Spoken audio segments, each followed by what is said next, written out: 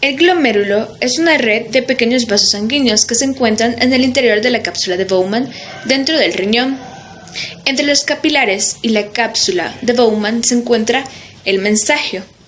La sangre entra en los capilares del glomérulo mediante una sola arteriola, la arteriola aferente, y sale por medio de la arteriola eferente. Los capilares están revestidos por una capa de células, el endotelio, cuya estructura permite la filtración de los componentes de la sangre y también, por último, termina la formación de la orina. Los capilares glomerulares son capilares fenestrados. Estos tienen una lámina basal, la cual se fusiona con la de los podocitos. Los podocitos son células en forma de estrella y de gran tamaño. Sus cuerpos produyen en la luz del espacio urinario y emiten prolongaciones. Estas tienen un citoesqueleto muy desarrollado. La membrana basal glomerular permite el paso de macromoléculas mediante, puede ser en forma mecánica o eléctrica. Está compuesto por dos capas, la capa interna y externa. El mensaje renal está compuesto por células mesangiales. Las células mesangiales intraglomerulares son perícitos y participan en la filtración.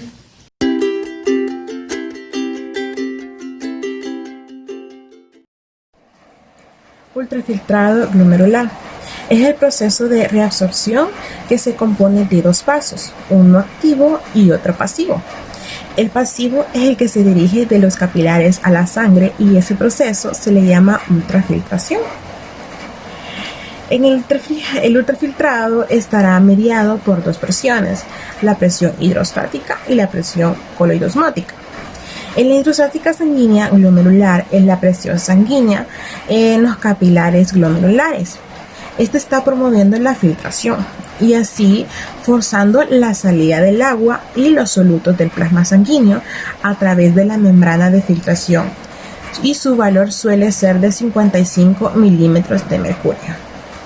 La presión hidrostática capsular es la ejercida contra la membrana de la filtración por el líquido que ya está en el espacio capsular y en el túbulo renal. La presión hidrostática capsular se opone a la filtración y representa una presión retrógrada de cerca de 15 milímetros de mercurio. La presión coloidosmótica sanguínea es la que está dada por la presión de proteínas como las albuminas, las globulinas y el fibrógeno en el plasma sanguíneo. Esta también se opone a la filtración. El promedio de la presión coloidosmótica sanguínea en los capilares glomerulares es de 30 milímetros de mercurio.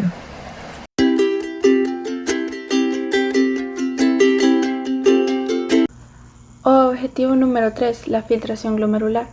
La filtración glomerular es el proceso por el cual los riñones van a filtrar la sangre, eliminando así líquidos y desechos que estos ya no necesitan. Cuando se calcula la filtración glomerular se ocupan las siglas en inglés GFR, que va a determinar lo bien que están realizando el trabajo los riñones al momento de filtrar la sangre, lo cual es una manera del funcionamiento renal restante. También el GFR se ocupa para ver y determinar si una persona está padeciendo una enfermedad renal crónica.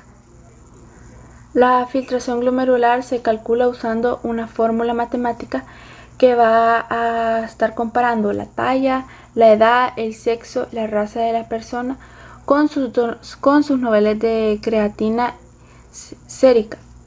Una GFR inferior a 60, esto indica que la persona puede padecer una enfermedad renal crónica, y entonces esto quiere decir que entre más baja sea la cifra de GFR, menor será el funcionamiento del riñón. Más del 99% del filtrado glomerular retorna al torrente a la corriente sanguínea para reabsorción tubular. Por lo tanto, solo entre 1 a 2 litros se va a excretar por la orina.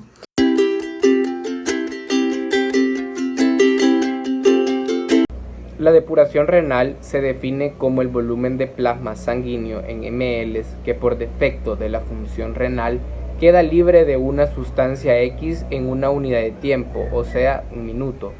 Esta sustancia X va a formar parte de la orina. También la depuración renal se puede definir como la capacidad de los riñones para eliminar una sustancia X del plasma y secretarlo en la orina. La depuración renal se puede obtener por la fórmula que dice Cx es igual a V por Ux entre Px, donde Cx es la depuración renal de una sustancia X. Esto es igual al V, nos dice que es el volumen de la orina por la concentración de la sustancia X en la orina. Esto va a ser dividido entre Px, que es la concentración plasmática de la sustancia X. Explica la utilidad de la prueba de depuración de creatina, su significado y sus valores normales. Primero vamos a iniciar explicando qué es esta prueba. Esta prueba es un análisis que ayuda a proporcionar información sobre la forma en la que están funcionando los riñones. Para estar muy objetivo de esto, de la respuesta de cómo están funcionando, se necesitan hacer dos pruebas de creatinina, una tanto a nivel de la sangre y otra en la orina, y luego se ve cómo está funcionando el nivel de creatinina en la orina y el nivel de creatinina en la sangre. Sus valores normales en hombres pueden ser de 0.7 a 1.3 y para las mujeres sus valores normales son de 0.6 a 1.1.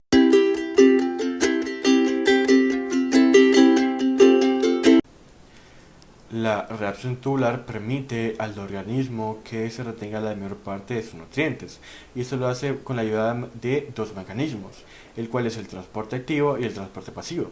El transporte activo ocupa la energía para transportar, por ejemplo, glucosa, aminoácidos, potasio, cloro, entre otros. El transporte pasivo no ocupa energía y transporta agua y urea.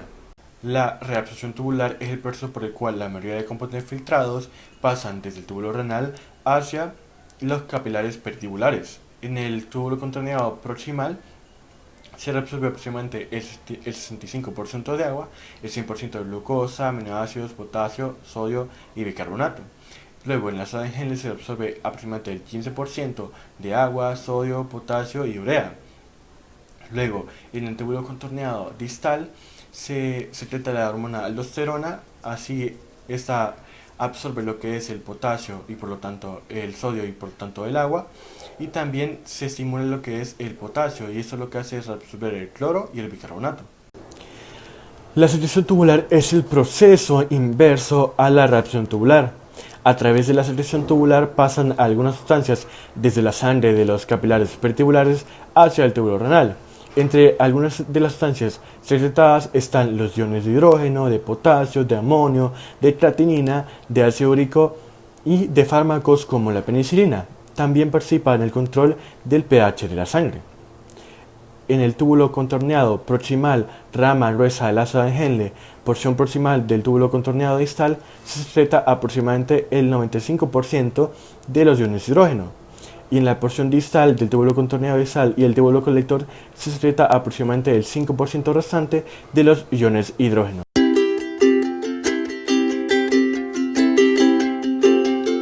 El túbulo renal es la parte de la nefrona en donde se lleva a cabo todo lo que es el proceso de secreción de diversas sustancias y también de la reabsorción del filtrado glomerular para así formar lo que es la orina. En otras palabras, es el encargado de reabsorber todas las sustancias que fueron filtradas a nivel glomerular y por lo tanto son útiles, tanto como los iones sodio y potasio, los aminoácidos y glucosa y también el agua. A su vez, es el encargado de secretar otro tipo de sustancias nocivas como lo son el ácido úrico. La nefrona está formada por dos partes principales, las cuales son el corpúsculo de Malpighi y el túbulo contorneado. En el túbulo contorneado podemos encontrar que está formado por lo que es el túbulo contorneado proximal, el asa de Henle, que tiene su porción ascendente y descendente, y el túbulo contorneado distal. La cápsula glomerular o de Bowman está formada por la capa visceral y parietal. La capa visceral está formada por células epiteliales pavimentosas simples modificadas llamadas podocitos. La capa parietal está formada por lo que es epitelio pavimentoso simple y esta constituye lo que es la capa externa del glomérulo. Las características histológicas de lo que es el túbulo renal y el conducto colector, tenemos que el túbulo contorneado proximal pues está formado por lo que es epitelio cúbico simple con microvellosidades, las cuales van a formar un borde prominente. Tenemos el asa de Henle en la rama descendente y la rama ascendente delgada, que están formadas por lo que es epitelio pavimentoso simple.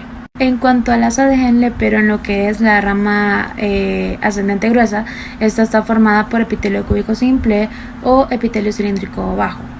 La mayor parte de lo que es el túbulo contorneado distal está formado por epitelio cúbico simple y solamente una porción de este y todo el conducto colector está formado por epitelio cúbico simple, que a su vez está formado por células principales y células intercaladas.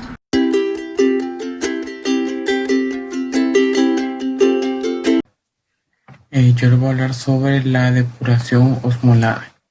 Primeramente, la depuración osmolar en general es el volumen de plasma que se elimina en un tiempo en el cual se elimina la totalidad de una sustancia en la sangre específica.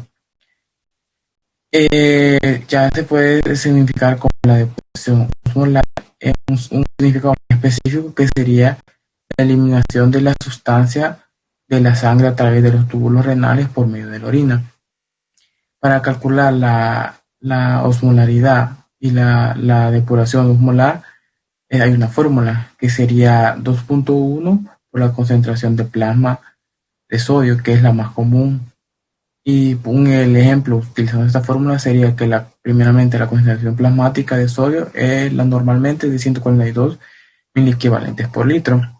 Ya utilizando esta fórmula, el resultado da que la osmolaridad de la depuración del plasma de sodio desde la orina tenemos de 298 milosmoles. Para ser más exactos, para calcular otro tipo de solutos que están relacionados como las nefropatías, podemos utilizar la misma fórmula, solo que agregando la osmolaridad de diferentes solutos, que podría ser como la urea y la glucosa.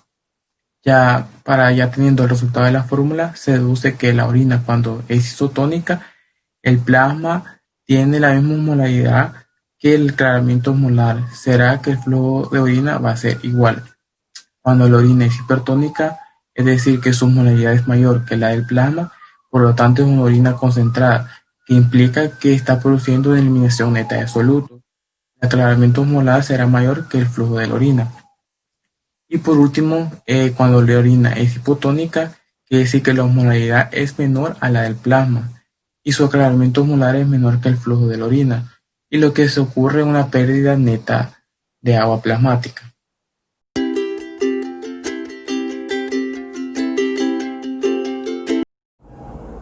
Y llegando ya a la dilución y la concentración de la orina, se nos pide explicar en qué consiste el mecanismo de contracorriente. Este mecanismo permite al riñón proporcionar un medio adecuado para que la nefrona pueda concentrar la orina, dándose origen a un intersticio medular renal hiperosmótico. Como podemos observar en la imagen, se lleva a cabo una estructura en forma de U de los vasos. Esto para que se minimice la pérdida de solutos que vienen del intersticio. Y como podemos observar en la estructura, encontraremos una rama ascendente y una rama descendente. En esta rama descendente se encontrará plasma que se irá haciendo cada vez más hiperosmótico, debido a la difusión del agua que va hacia afuera de la sangre y a la difusión de los solutos del líquido del intersticio renal que se drenan hacia dentro de la sangre. Y en la rama ascendente encontramos que los solutos se difunden hacia el líquido intersticial y el agua se difunde de nuevo hacia los vasos rectos.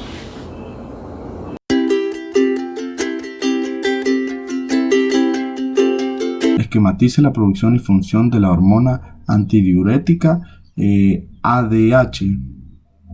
La hormona antidiurética, le voy a hablar sobre la producción. Esta se produce en el hipotálamo, en las neuronas magnocelulares de los núcleos supraóptico y paraventricular. Eh, Ahora les voy a hablar sobre hacia dónde se dirige o más específico dónde se almacena y dónde es su liberación. La ADH se transporta hacia el lóbulo posterior de la hipófisis, ahí es donde se almacena y se libera en respuesta a diversos estímulos. Ahora les voy a hablar sobre su función. En el riñón, la ADH se une a los receptores B2 de la membrana vasolateral de las células principales y en el túbulo colector activa las aquaporinas tipo 2, permitiendo el paso de agua de forma pasiva a favor del gradiente osmótico.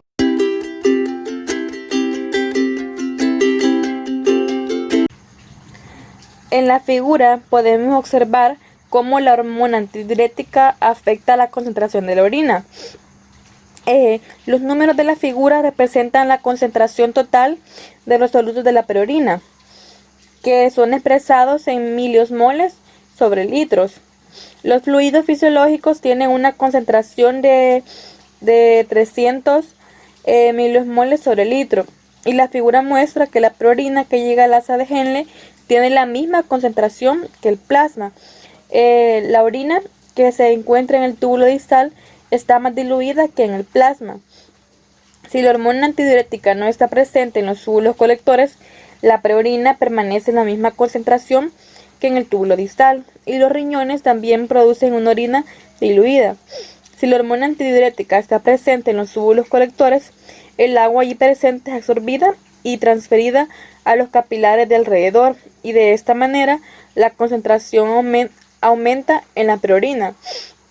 La absorción de agua se produce porque los túbulos colectores conducen la preorina a la médula renal, donde la concentración de sales en el líquido intersticial aumenta. Mencione la importancia clínica de la capacidad renal para concentrar y diluir la orina. Los riñones regulan el equilibrio hidroelectrolítico en el cuerpo produciendo orina diluida o concentrada según sea necesario. Como podemos observar en numerosas ocasiones, hemos podido constatar el hecho de que si bebemos continuamente sorbos de agua de una botella durante todo el día, se produce la necesidad de orinar, y cada vez que se orina, se puede observar que la orina producida es clara.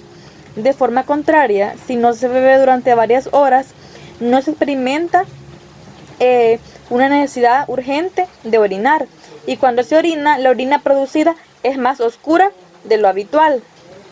En el primer caso, la orina es más diluida. Es una orina que contiene pocos electrolitos y pocos productos de desecho en relación a la cantidad de agua. El cuerpo elimina el exceso de agua cuando bebemos una cantidad de líquido relativamente alta, y el poco producto de desecho que hay en esta está muy diluido.